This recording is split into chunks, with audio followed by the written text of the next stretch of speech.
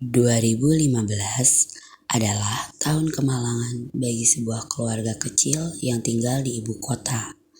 Di tahun itu, sesosok ayah hampir pergi meninggalkan keluarga kecil yang dulunya harmonis. Sang anak yang hampir ditinggalkan ayahnya itu menjadi sosok anak yang tidak lagi peduli dengan keluarganya. Bahkan, ia tidak lagi menganggap keberadaan ibunya. Kini, rumah yang ditinggalinya hanya seperti tempat untuk makan dan tidur saja. Tak ada lagi, kata rumah, tempat ia bisa melepas semua keluh kesahnya. Semuanya sudah tak lagi sama. Anak itu bernama Fahri.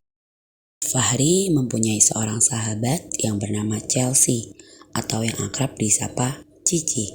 Berbeda dengan Fahri, Cici hidup dalam sebuah keluarga yang kurang lebih sama berkecukupannya dengan Fahri.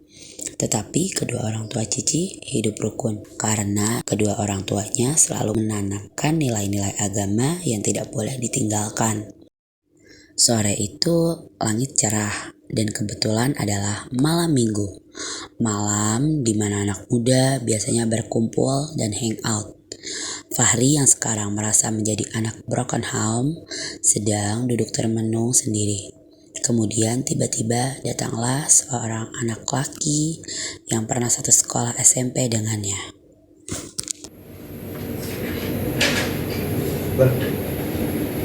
Wih, lagi ngapain lu? Iya, ini kalau sendirian di rumah. Gue boleh nimbrung gak daripada sendirian kan? Lu tunggu dulu.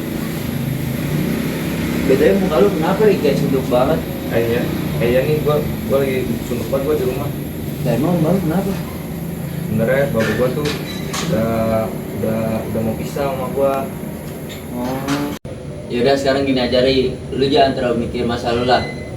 Mending kita happy aja. Lu ikut gua ke tempat gua bisa nongkrong yuk, pasti lu happy di sana. Yaudah, ayo gua ikut dulu aja dah. Yuk.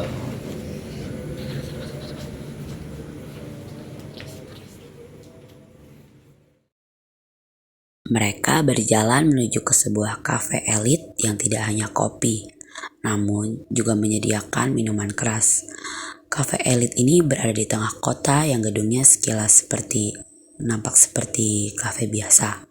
Tetapi sebenarnya di dalam banyak sekali anak-anak muda yang tidak hanya minum kopi, tetapi justru menikmati minuman keras dan bermabuk ria.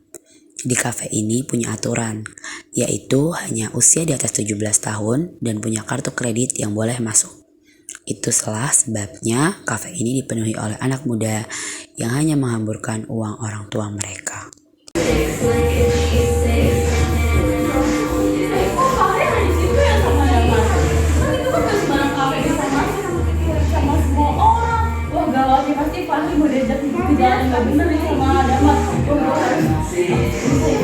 Kemudian Cici bergegas menghampiri mereka.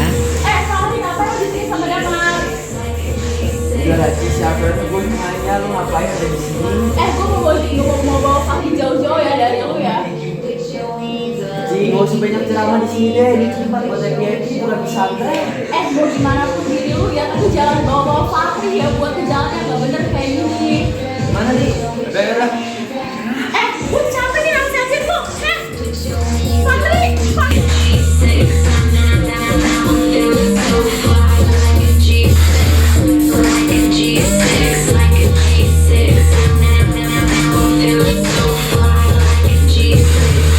Living on city, I'ma make it big. Girl, I keep it gangster, popping models at the crib. This is how we live, every single night. Take that bottle to the head and let me see you fly. Hell yeah, drink it up, drink it up. Sober girls around me, they be acting like they drunk. They be acting like they drunk, acting like they drunk.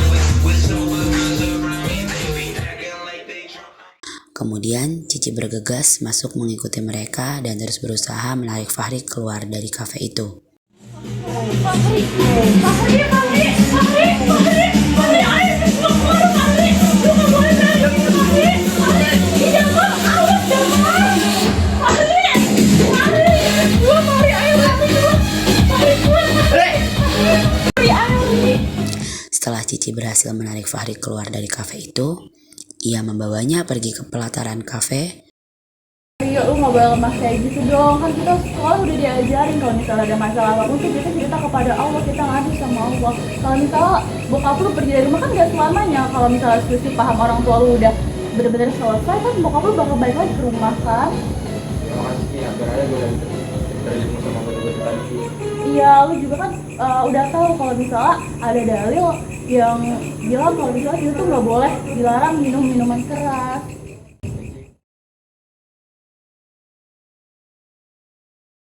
Lu juga harus ingat kalau kita masih punya Allah, yang kalau misalnya lu ada apa-apa tuh bisa ke Allah. Terus kita juga kan masih muda, masih punya waktu untuk banggain orang tua kita. Kalau misalnya lu kayak tadi kan malah bikin mereka sedih. Ya makasih Ci, siapa tahu bokap gue bisa balik lagi dan gue bisa bagian dia lagi. Ya, Ri. Semangat ya, Ri. Ya, makasih ya. Dan akhirnya mereka berdua pun pulang dengan menikmati perjalanan sambil bersenda gurau.